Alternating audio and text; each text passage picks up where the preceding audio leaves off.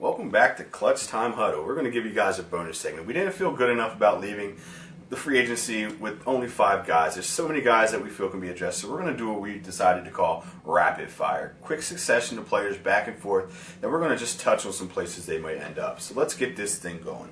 Poof, Jason Campbell. Jason Campbell's a guy that I absolutely think is going to get another opportunity somewhere in the NFL. The Tennessee Titans, if Matt Hasselbeck decides to retire or he gets released, any team that has an injury-prone quarterback is going to need a Jason Campbell. The only other team that really sticks out in my mind is Arizona. They have a big question at quarterback. But the next guy on your list would be Jake Long. Jake Long is a Dolphin, huge fan. Great person. I just don't know how big the market's going to be with his asking price. I've got it down to 2 teams. And the question is he going to stay at left tackle and get left tackle money? You get to move him inside, move him to right tackle. He struggled after the injury. I've got Chicago and San Diego. Arizona with an outside chance if the money comes down, but those are my 2 teams. Danny Amendola. Danny Amendola, former Eagle. I guess I'm a homer too. Obviously, Amendola is going to command a market. Seattle, New England, Philadelphia, even Kansas City, even Denver, even, especially if New England lets go of Wes Welker. I think he becomes their #1 priority. But my most likely destination is back to St. Louis. I think in the end of the day, he'll go back to where he made his big impact. Next guy on your list is Jared Cook, the tight end. Jared Cook. I've been hearing his market is going up and up and up. The numbers for the tight ends in New England are kind of the bar, the benchmark. He could approach that. I mean, 6, 7.5, 8 million is what I'm hearing. Teams that I think could be interested. There's plenty of them: Chicago, Philly, Miami, St. Louis. I think he ends up in Philly. I really think he's the piece they need at tight end. I mean, they got a couple under the radar guys. Harbor is a good ball player, good red zone target, but they don't really have the red zone threat. You know what I mean? Your next guy, Dustin Keller, since we're talking tight ends. Yeah, Dustin Keller is a guy that certainly it's going to have to watch the market for Jared Cook. And when Jared Cook signs, any team that wanted Jared Cook is going to be on Dustin Keller. His numbers are good. I know people look at his numbers and say, wait a minute, why are they talking about Dustin Keller? Very good blocker, but he played in an abysmal offense with the New York Jets. He goes to a team that's going to target him more often. He's definitely an impact player. My quick teams, Philadelphia. I mean, I've heard that, just being a Philadelphia guy, I've heard I actually like him a little bit more than Cook because he won't command the money. The Dolphins, one weird team is the 49ers. Everyone says, oh, they have Davis. Their backup, Walker, is a free agent. He's not coming back. So if they sign him, they can run the double tight end set, the New England double tight end set influence, maybe help push Davis. And the only other team is Tennessee. Certainly with Cook leaving, they could go out and get their replacement.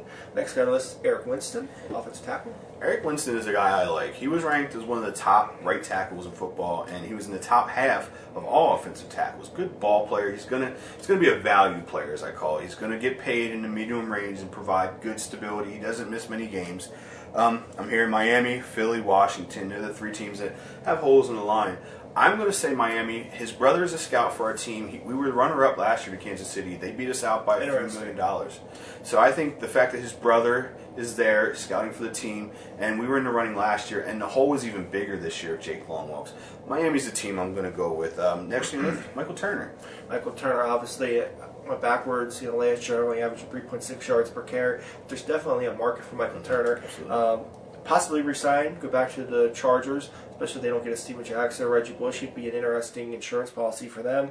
Tennessee Titans, he may have to settle to be a backup, and who better than the backup Johnson? Certainly he's a guy that's injury prone, needs somebody to share the load with him. We've seen that in the past. Another team to keep an eye on is the Dallas Cowboys. They certainly could use Michael Turner. That would be a very good fit there. Michael Turner's going to get a job. I don't buy the Jets rumors. I don't buy the Steelers rumors. I don't even buy the Packers rumors. There's a lot of rumors of Michael Turner. I don't think the market's there for him. Like people think it's a workhorse back. He's been run down. Cowboys are my team to watch with him. Next guy on the list is Ahmad Bradshaw, speaking of running backs. We're going to stay with the running back topic. Ahmad Bradshaw, good ball player. He actually was a free agent a few years ago. His contract ran him, not by being cut. I think he stays in New York. I think he goes to the Jets. I have other teams listed in Arizona, and I think the outside team with him is Pittsburgh. Pittsburgh with a Redmond. Redmond is a power back. They need someone that can kind of run outside the tackles. Bradshaw can do that. He can catch passes. He's a safety valve, along with Heath Miller, that would give Roethlisberger a little room to breathe. That's my places: Jets, Arizona, and Pittsburgh. Last guy on your list is Vasquez, the guard from San Diego. When you give up 2 sacks in 1 year and allow just 1 extra quarterback hit, he's going to come out of the market. Amazing. And he's a guy that any team in the NFL would love to have. You talk about the Chargers wanting to resign him. You talk about the Chiefs with Andy Reid. They already, cut Winston. They have obviously plenty of cap room. Depends on what he thinks there. Cowboys I've heard, are heavily interested again, and they have had a glaring hole at guard for years. The Denver Broncos are a team that I would watch as well. I know the need may or not be there, but I think the Denver Broncos, the New England Patriots, any of the teams that have a winning culture, he'd love to be a part of. Vasquez is a highly sought-after player in my mind, especially in today's NFL. We talked about the changing of the NFL. Guards are becoming more popular, more in demand. The Chargers to resign, I really do think at the end of the day he goes back to the Chargers. I just don't see there's any way they can let him go. One other outside team, the Miami Dolphins could use a right guard. That's a team I looked at. The Atlanta Falcons have had a elite offensive line over the years.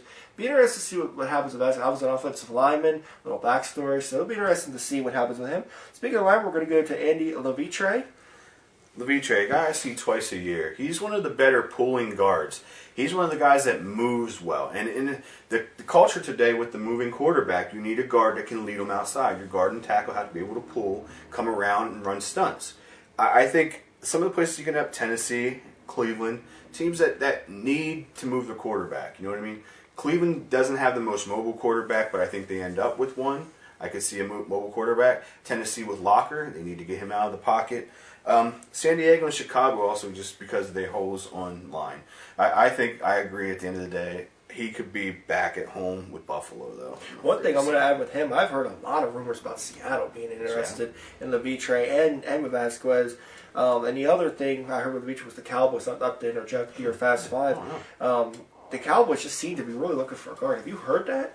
I've definitely heard the Cowboys, they're getting there at tackle, so they're moving inwards with their building. Again, Romo's a little mobile. The line, they want to run the ball more. They want to protect Romo. They don't want him throwing the ball, and to make the dumb decisions Romo does, you got to cut down his passes. Sure. And I think love those dumb decisions. Seattle's a very good choice again with the mobile quarterback, Russell Wilson. Exactly. And that about wraps it up for our offensive pick 5. Stay tuned. We'll have another episode coming with our defensive players. Thanks for joining us in the huddle, the Clutch Time Huddle. See you next time.